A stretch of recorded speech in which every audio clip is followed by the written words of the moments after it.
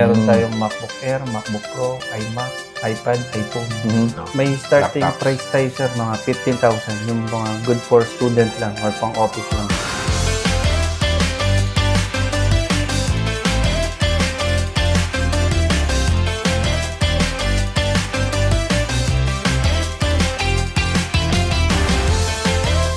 So, ayun guys, kasama natin si Sir Daniel. Siya po yung makakasama natin dito sa tour ng ating feature for today. So, thank you so much po for inviting us, sir. Thank you rin po. Mapapansin ko po dito, parang meron tayong dalawang section. No? Yes po. So, this one is your parang retail. Yes, sir. And then the other one is the... Repair. Sir, I wanna start dito, no? Okay lang po ba tayong tingnan yung mga items Opo, natin? pwede sir? po. So, meron tayong mga MacBook Air, MacBook Pro, at saka yung ating mga iPhones. Matanong ko lang po, so are these brand new or second hand, or how do you parang categorize them po? Second hand po sila, napili po yung mga unit kasi dahil po gumagawa tayo, alam po natin kung ano po yung defective, saka yung may problem, makikinig. Pwede po ba tayong sir, mag-sample tayo ng isa? Yan po ay isang MacBook Pro 2017. MacBook Pro 2017. So this is 8 gig, tapos yung SSD po, 256, and then 4i5 po yung CPU. 4i5. Okay. This is how much price, sir? Ito po, yung price nito, 23,000. Available natin, sir, 2017 hanggang 2022. Meron tayong MacBook Air, MacBook Pro, iMac, iPad, iPhone. May starting price tayo, sir, mga 15,000. Yung mga good for student lang or pang office lang, sir. 15,000? Yes. Nasaan yun, sir? Gusto ko po siyang makita. Bali, ito po siya. MacBook Air 2017. Physical appearance and everything. Parang, di ba, 2017, parang makikita mo, nagbura na yung mga sa keyboard, may ano na. Pero parang, ano pa rin siya, sir? Pristine. Pinipili din ni supplier, tapos chinecheck din. Tapos, pag kinuha natin, sir, i-check din natin. So, this is 15,000 pesos. 15,000. Tapos, may pre-case na siya, tsaka charger, sir. Tapos, yung software na kailangan sa school, Microsoft Office. Core i5, 8 gig RAM, 128. Tapos Mac OS Monterey na po. Ay, yung mga problem na sinusolusyonan natin, yung akala natin, yung Mac natin, hindi na magagamit. Say, for example, for repair po siya, no? Sa official store or Mac repair, papalitan na yung parang pinaka-panel. Yes, sir. Example, meron tayong unit dito, sir, na LCD yung sira niya. Kinote ni Apple ng mga 70 to 80,000, parang halos bibili na siya ng laptop. Tama. Pero dito, sir, mga 15 to 25,000 po siya nagre-range. Tingin muna kayo ng mga option, yung saan tayo pwedeng makamura din sa mga gamit natin. Kasi yung gamit po nito talagang hindi naman basta-basta rin sa presyo. Lalo na yung mga naka-Apple, sir, alam na nila talaga yung price ng Apple, yung repair nila. Correct. So nga pala, ang pangalan ng store natin dito ay Startup Gadget Store. Yes, sir. Powered by Mac Repair Pampanga. Mac Repair Pampanga. Gusto kong i-reach out natin dito yung mga gustong pumasok sa paggamit ng iPhone. So as low as how much po tayo dito? Bali, meron tayong 8 Plus, 8,500 po yung 64 gig. 8 Plus naman po na 256, nasa 10,000 po siya. And then sa mga higher model naman nun, para sa akin, suggest ko yung mga iPhone X. Yan. Yes po. Meron ding iPhone 11, iPhone 12, 12 Pro, 13 Pro Max, 14. Believe it or not, sir, nag-start lang ako sa 11. So, way back before nun, iba yung religion ko. Android. Ako po, dahil technician po ako, pag kinuha ko po yung unit, itetest ko po siya. So, alam mo yung mga stress test, mga...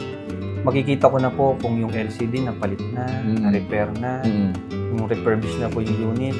Pag kasi ganitong small business na po, kailangan sigurado. Sigurado po. Tsaka yung bumibili sa atin, sir, para sa akin, no, yung bumibili sa atin, yun yung parang hard-earned money pa talaga nila. Kasi pinag-ipunan po nila. Yes, may value pa.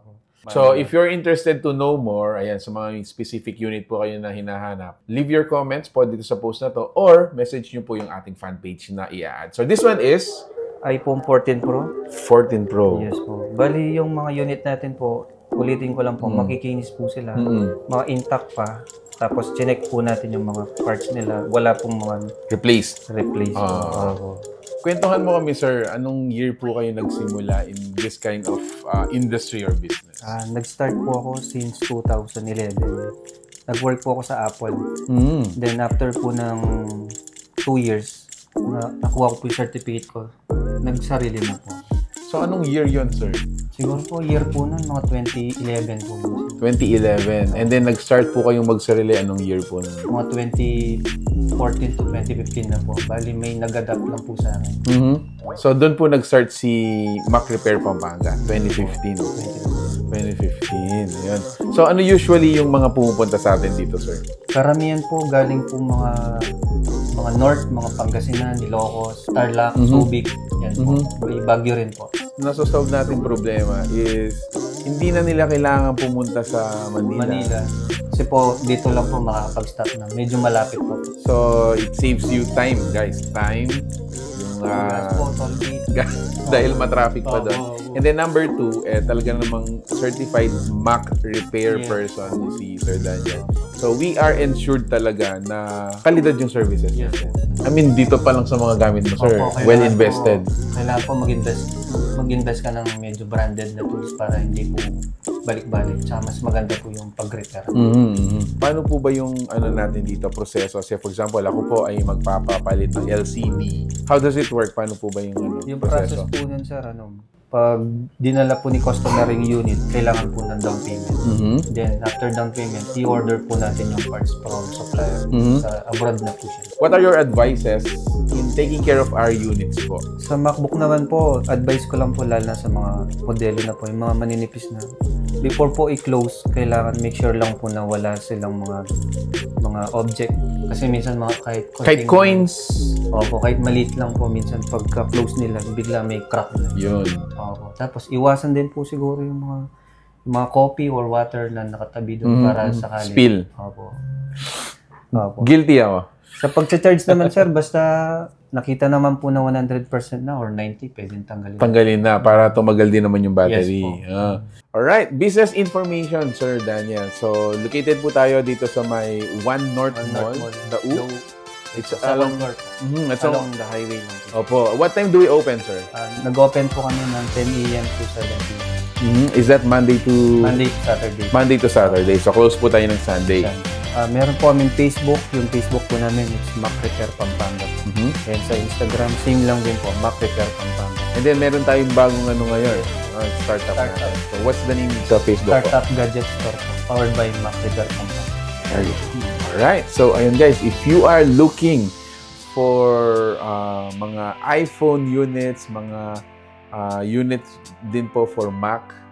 So, they have the units for you to check out.